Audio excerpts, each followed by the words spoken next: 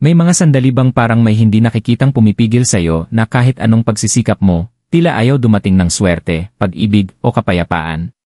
Paano kung sabihin ko sa'yo na ngayong gabi, isang simpleng sinaunang ritual ang makapagpapalaya sa lahat ng enerhiyang matagal nang nakabara sa'yo, ang pumipigil sa tunay mong kaligayahan?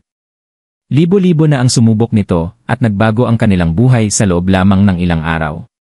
Isipin mong linisin ang lahat ng harang, buksan ang mga pinto ng kasaganaan, pag-ibig, at kaliwanagan sa pamamagitan lamang ng isang maliit na hakbang. Panoorin mong mabuti ang video na ito dahil ang gagawin mo ngayong gabi ay maaaring tuluyang magbago ng iyong buhay. May mga sandali bang pakiramdam mo ay may hindi nakikitang pumipigil sa'yo na kahit anong pilit mo, tila ayaw dumating ng swerte, pag-ibig o kapayapaan? Paano kung sabihin ko sa'yo na ngayong gabi, may isang simpleng sinaunang ritual na kayang pakawalan ang lahat ng enerhiyang nakabara sa'yo, ang humahadlang sa tunay mong kaligayahan? Libo-libo na ang nakasubok nito at nagbago ang kanilang buhay sa loob lamang ng ilang araw. Isipin mong nalilinis ang lahat ng harang, bumubukas ang mga pinto ng kasaganaan, pag-ibig at kaliwanagan sa isang simpleng hakbang lang. Panoorin mong mabuti ang video na ito dahil maaaring ang gagawin mo ngayong gabi ang tuluyang magbago ng iyong buhay. Pagkilala sa nakabarang enerhiya. Naranasan mo na bang kahit gaano ka pa magsikap sa trabaho, relasyon, o sa sarili mong pag-unlad, tila may isang hindi nakikitang puwersang humihila sa iyo pabalik? Marahil paggising mo sa umaga, ramdam mo ang pagod, puno ang isip ng mga alalahanin, o mabigat ang dibdib dahil sa mga damdaming hindi mo pa rin mailabas. Ito ang mga senyales ng nakabarang enerhiya, mga harang sa iyong aura, at kapaligiran na pumipigil sa malayang pagdaloy ng kasaganaan, pag-ibig, at kaliwanagan. Sa paniniwalang Pilipino, nananatili ang enerhiya kahit sa mga lugar na hindi natin inaasahan. Ang silid na minsang pinagdausan ng pagtatalo ay maaaring nagdadala pa rin ng tensyon. Ang mga panaginip na paulit-ulit o kandilang biglang kumikislap ay madalas na pahiwatig na may gustong sabihin ang iyong kaluluwa. Ang mga banayad na senyales na ito ay hindi basta-bastang pagkakataon, mga bulong ito mula sa universo na humihiling na magtuon ka ng pansin. Maraming anyo ang nakabarang enerhiya. Maaaring napapansin mong paulit-ulit ang mga pagtatalo sa inyong tahanan, bigla ang mga suliranin sa pera, o maging mga karamdaman na tila walang dahilan. Ang labis na pagod, walang tigil na pag-aalala, o pakiramdam na stuck sa buhay, ay mga palatandaan na hindi maayos ang pagdaloy ng iyong enerhiya. Mahalaga ang pagkilala sa mga ito sapagkat hindi mo mapapalaya ang isang bagay na hindi mo muna nakikita. May kinalaman din dito ang iyong zodiac sign. Ang bawat tanda ay may kanya-kanyang paraan ng pagtugon sa enerhiya. Ang isang Cancer, halimbawa, ay mas maramdamin at maaaring mas magtaglay ng emosyonal na bigat, samantalang ang Capricorn ay madalas makaramdam ng pressure mula sa mga tungkuling hindi natutupad. Ngayong gabi, sa ritual na ito, malalaman mo kung paano nakaayon ang daloy ng iyong enerhiya sa gabay ng universo. Maglaan ng sandali para magnilay. Tanungin ang sarili, saan ako pakiramdam ay naiipit? Anong mga sitwasyon, emosyon, o kaisipan ang paulit-ulit kahit anong gawin ko? Iyan ang mga lugar kung saan nakabara ang enerhiya. Itinuturo ng kulturang Pilipino na ang pagtanggap sa mga harang na ito ang unang hakbang tungo sa paglilinis at panibagong simula. Tulad ng ating mga ninuno na nagsasagawa ng mga ritual upang muling maayon ang espiritu at paligid, ikaw rin ay papasok sa isang banal na paglalakbay. Sa pagkilala mo sa mga bahaging may bara, nagiging mulat ka sa mga hindi nakikitang puwersang nakaapekto sa iyong buhay. Ang kamalayang ito ang magdadala ng kaliwanagan at ihahanda ang iyong puso't isipan para sa susunod na hakbang, ang makapangyarihang ritual na magpapalaya sa enerhiyang matagal nang nakakulong. Tandaan, ito ay hindi mahika na walang dahilan, ito ay isang sadyang pagkilos upang iayon ang sarili sa banal na patnubay at sa plano ng universo para sa iyong pag-unlad. Ngayong gabi, habang pinapanood at isinasabuhay mo ang ritual na ito, hayaang maramdaman mo kung saan mabigat ang iyong enerhiya. Pakinggan ang tibok ng iyong puso, ang paulit-ulit na mga kaisipan, at ang mga pattern sa buhay mong tila hindi na makabuluhan. Sa tunay na pagkilala sa mga barang ito, binubuksan mo ang pinto ng pagbabagong espiritual, kagalingan, at ang tuloy-tuloy na daloy ng mga biyayang nakalaan para sa iyo. Ang ritual ng dahon ng laurel at espiritual na pahayag. Sa loob ng maraming siglo, ginamit ang mga dahon ng laurel ng iba't ibang kultura bilang simbolo ng proteksyon, paglilinis, at pagpapakita ng hangarin o manifestasyon. Sa paniniwalang Pilipino, ang pagsusunog ng dahon o halamang may kasamang panalangin ay tumutulong upang pakawalan ang mga bagay na hindi na nakatutulong sa atin. Ngayong gabi, ang dahon na hawak mo ay higit pa sa isang piraso ng kalikasan. Ito ay sisidlan ng iyong pangalan, enerhiya, at mga hangaring ipinaabot mo sa universo. Bago magsimula, humanap ng tahimik na lugar kung saan makakapagtuon ka ng walang sagabal. Sindihan ang isang maliit na kandila bilang simbolo ng liwanag at banal na presensya. Dahan-dahang hawakan ang dahon ng laurel at isulat dito ang iyong buong pangalan. Habang nagsusulat, isipin mong unti-unting na ililipat sa dahon ang lahat ng bigat, takot, pagdududa, at mga harang na matagal mo nang pasan. Ilarawan sa isip mo na dumadaloy ang iyong enerhiya papunta rito, pinupuno ito ng lahat ng dapat ng palayain. Kapag naisulat mo na ang iyong pangalan, huminga ng malalim at ituon ang iyong hangarin. Sabihin mo ng marahan sa isip man o sa tinig. Pinakakawalan ko ang lahat ng hindi na nakatutulong sa akin. Binubuksan ko ang aking puso, isipan, at kaluluwa para sa pag-ibig, kasaganaan, at kaliwanagan. Sa mga ritual na Pilipino, naniniwala tayong may kapangyarihan ang mga salitang binibigkas. Ito ang tulay sa pagitan ng ating kamalayan at ng espiritual na daigdig. Ang bawat salita mo ay may dalang panginginig ng hangarin na nagsasabi sa universo na handa ka ng magbago. Ngayon, dahan-dahang sindihan ang dahon ng laurel gamit ang apoy ng kandila. Obserbahan habang ito'y nasusunog at habang ang usok ay umaakyat, isipin mong dinadala nito sa hangin ang iyong enerhiya at hangarin. Ang usok ay sumasagisag sa paglaya, ang pagbitaw sa mga lumang takot, emosyonal na pasanin, at nakabarang enerhiya. Pansinin ang kilos ng usok. Sinasabing kapag ito ay biglang umikot o kumislap ng kakaiba, iyon ay tanda na kinikilala ng universo ang iyong panalangin, isang banayad na bulong ng banal na patnubay. Habang nasusunog ang dahon, maaaring maramdaman mong umiinit ang iyong dibdib, kumikiliti ang iyong mga palad, o bigla kang gumagaan ang pakiramdam. Karaniwan ito palatandaan na gumagalaw na ang enerhiya. Sa tradisyong espiritual ng mga Pilipino, ang ganitong pakiramdam ay kumpirmasyon na ang ritual ay gumagana. Hayaan mong maramdaman ito ng buong buo, nang walang alinlangan o paghusga. Habang patuloy ang pagsunog, magmuni-muni sa mga bahagi ng iyong buhay na tila hindi umuusad. Marahil ito ay isang relasyon na walang linaw, isang proyektong hindi maituloy, o emosyonal na bigat na matagal mo nang dala.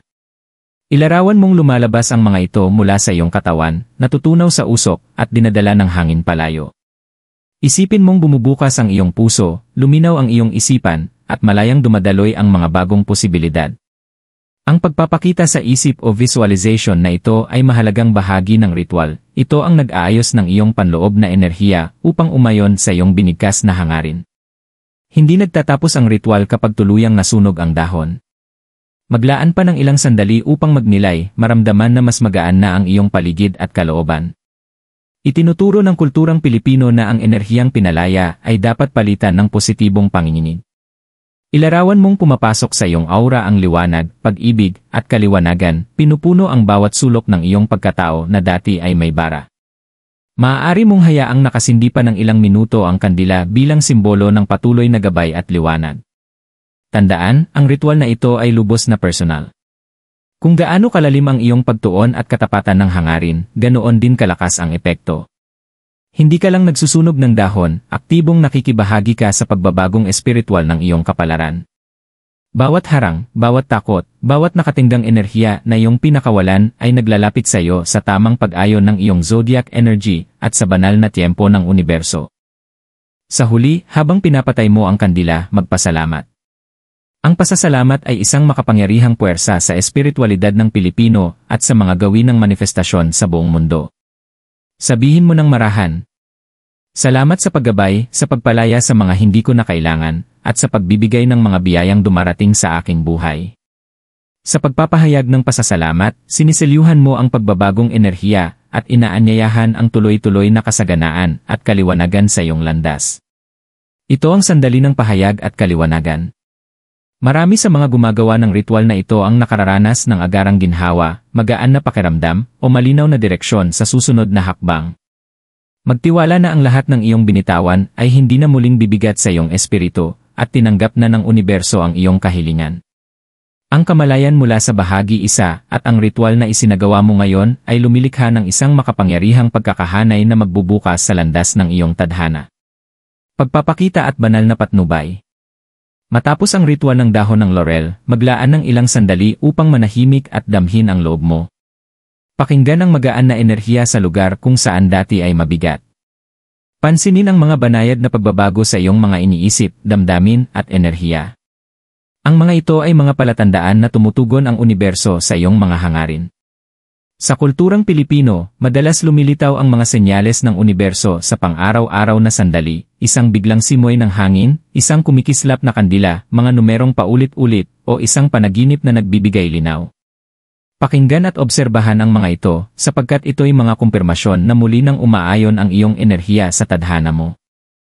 Nagsisimula ang manifestation sa kaliwanagan. Ngayon na napakawalan mo na ang nakabarang enerhiya, ilarawan mo sa iyong isip kung ano talaga ang nais mong maranasan sa buhay. Isipin mong dumadaloy ng malaya ang pag-ibig sa iyo, dumarating ang mga oportunidad sa tamang oras, at mahinahong nagbubukas ang mga layunin mo. Gumagalaw ang universo kasabay ng iyong enerhiya, kaya't habang mas malinaw ang iyong intensyon, mas malakas ang kapangyarihan ng pagpapakita nito. Sa pamahiing Pilipino, naniniwala tayo sa lakas ng pokus at panalangin. Kapag pinagsama sa ritual, ito'y nagiging magneto ng mga biyaya. Habang naglalarawan, ulitin mo ang mga affirmation na tumutugma sa puso mo.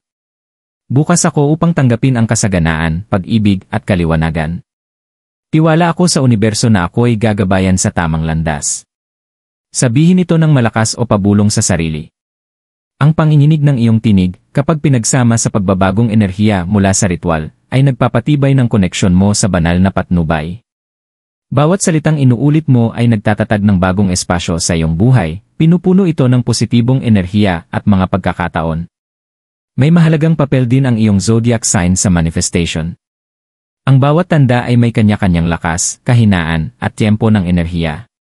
Halimbawa, ang Leo ay maaaring makakita ng biglaang mga oportunidad para sa pag-ibig at pagkilala, samantalang ang Virgo ay makakaramdam ng kalinawan at maayos na direksyon sa mga desisyon at araw-araw na gawain.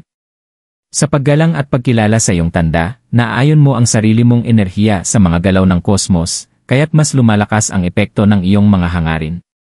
Ngayong gabi, magtiwala na perpekto ang pagkakaayon mo sa universo para sa iyong paglago at kapalaran. Madalas bigyang diin ng mga espiritual na gawin ng mga Pilipino ang halaga ng pasensya at pananampalataya. Tulad ng mga ritual ng bigas, asin, o tubig, ang manifestation ay nangangailangan ng panahon at tuloy-tuloy na paniniwala. Huwag mabahala kung tila dahan-dahan ang mga pagbabago sa simula. Ang maliliit na palatandaan, tulad ng bagong kumpiyansa, hindi inaasahang tulong, o biglang linaw sa mga desisyon, ay mga pahiwatig na gumagalaw na ang iyong enerhiya at umuusbong na ang iyong hangarin. Magpasalamat para sa enerhiyang napakawalan mo at sa mga biyayang paparating pa lamang. Ang pasasalamat ay isang makapangyarihang magneto ng manifestation. Sabihin ng marahan, "Salamat, Universo, sa paggabay sa akin, sa paglinis ng aking landas, at sa pag-ayon sa mga bagay na nakalaan para sa akin."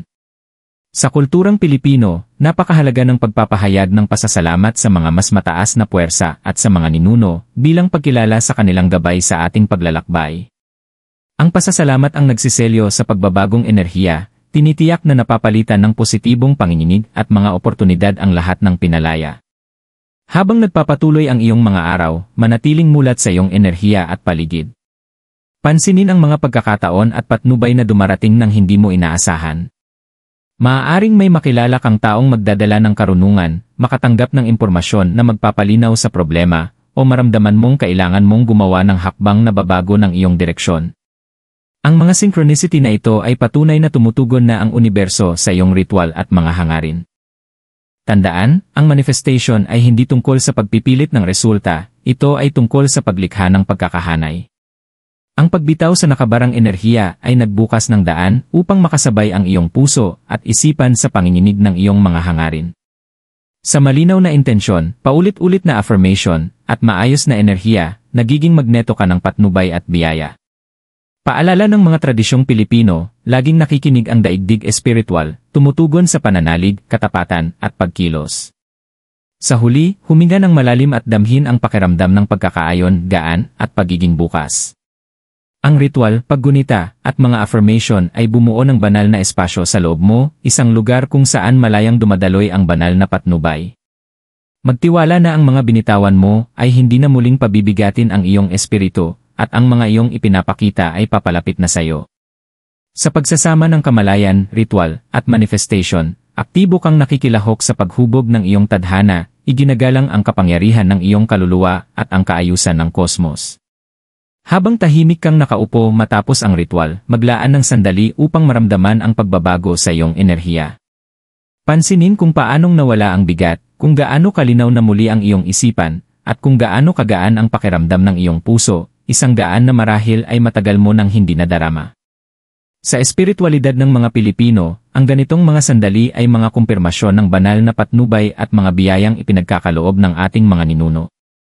Bawat paghinga mo ngayon ay nagdadala ng bagong panginginig, isa ng pagpapalaya, kaliwanagan, at walang hanggang posibilidad.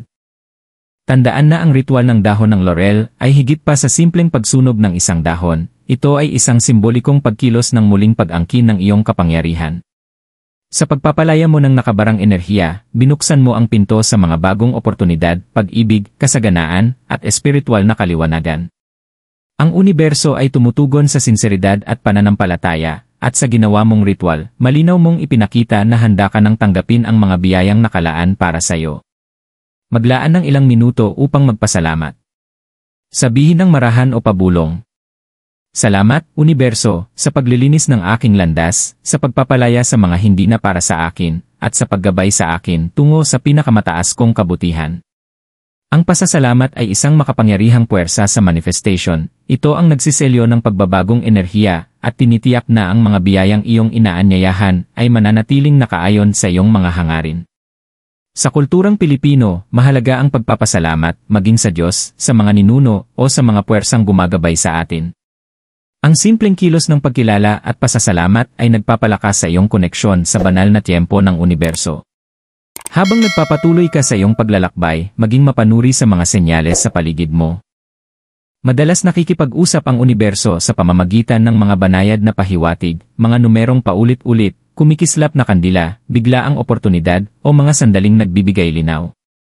Ang iyong zodiac sign ay nagbibigay din ng dagdag na karunungan kung paano dumadaloy ang enerhiya sa iyong buhay. Magtiwala na ang landas ng iyong kapalaran ay dahan-dahang nabubuo sa perpektong oras.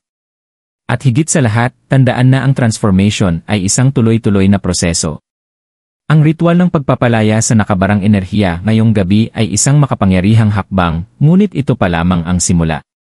Patuloy mong alagaan ang iyong enerhiya, panatilihing malinaw ang iyong mga hangarin, at maging bukas sa mga patnubay na nasa paligid mo. Sa paggawa nito, iginagalang mo hindi lamang ang iyong sariling kapangyarihan, kundi pati na rin ang mga puwersang kosmiko na sumusuporta sa iyo. Ngayong gabi, hayaan mong manatili sa iyo ang pakiramdam ng gaan, kapayapaan, at pagkakaayon. Dalhin mo ito sa iyong mga iniisip, sa iyong mga kilos, at maging sa iyong mga panaginip.